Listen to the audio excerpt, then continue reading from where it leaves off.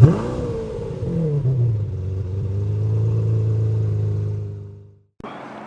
and welcome back to the channel, everybody. And if you're new here, hello and welcome. This is Motor Mike Media, and as always, I'm Motor Mike. And today, we're going to talk about the Escort.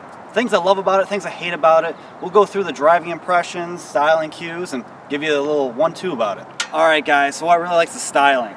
You can see in the front end, it's just different. It's weird. It's quirky. It doesn't have a traditional grille. It almost has like a snout to it. In 2003, they actually changed the front end. It looks a little bit more traditional, but I like it. It's a little weird and different.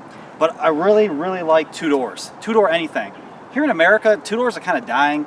I like two doors on coupes, crossovers, SUVs, but especially on economy cars. That was a thing they used to do all the time. Some cheap fun you can get. Nowadays, they don't do that thing. So I really like the styling. That's one thing I really love. All right, getting into the interior. Here's another thing I really love about this car is the steering wheel. It's a good size steering wheel and the leather.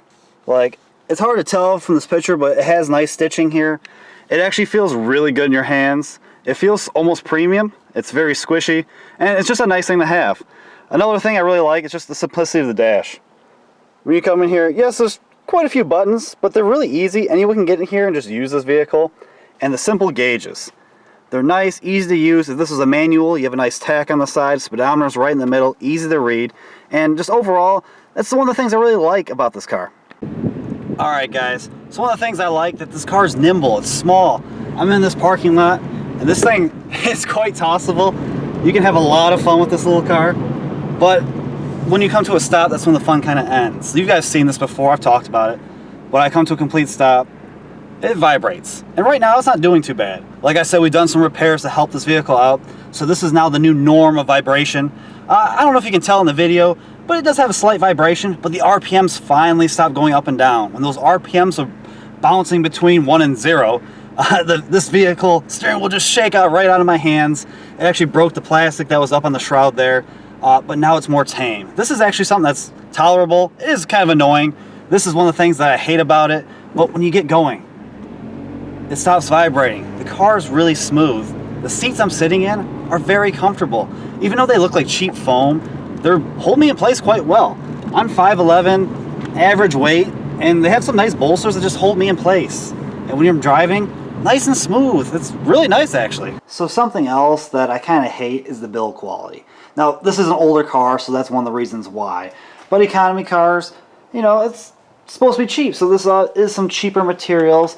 I did say I like the layout of the dash. Everything's simple, which I like, but you do have some noticeable gaps and stuff like that. There's a piece of plastic that broke off. You guys know when this car was shaking, pieces were rattling, so the build quality isn't the best. It's one of the things I don't like about this vehicle. So I want to talk about the transmission. Now this is an older transmission, and a lot of older cars have this problem. But when you only have 4 gears, you can't keep your engine in the right power band, so you do lose some fuel economy.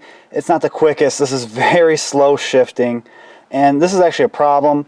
These are known to not have a very high failure rate, but once they get higher mileage, you do have some problems with them where they start to slip and stuff like that. So that is one thing I do hate. If this was a manual, it would be more fun. I would have 1 additional gear, and it'd give it a little bit better fuel economy.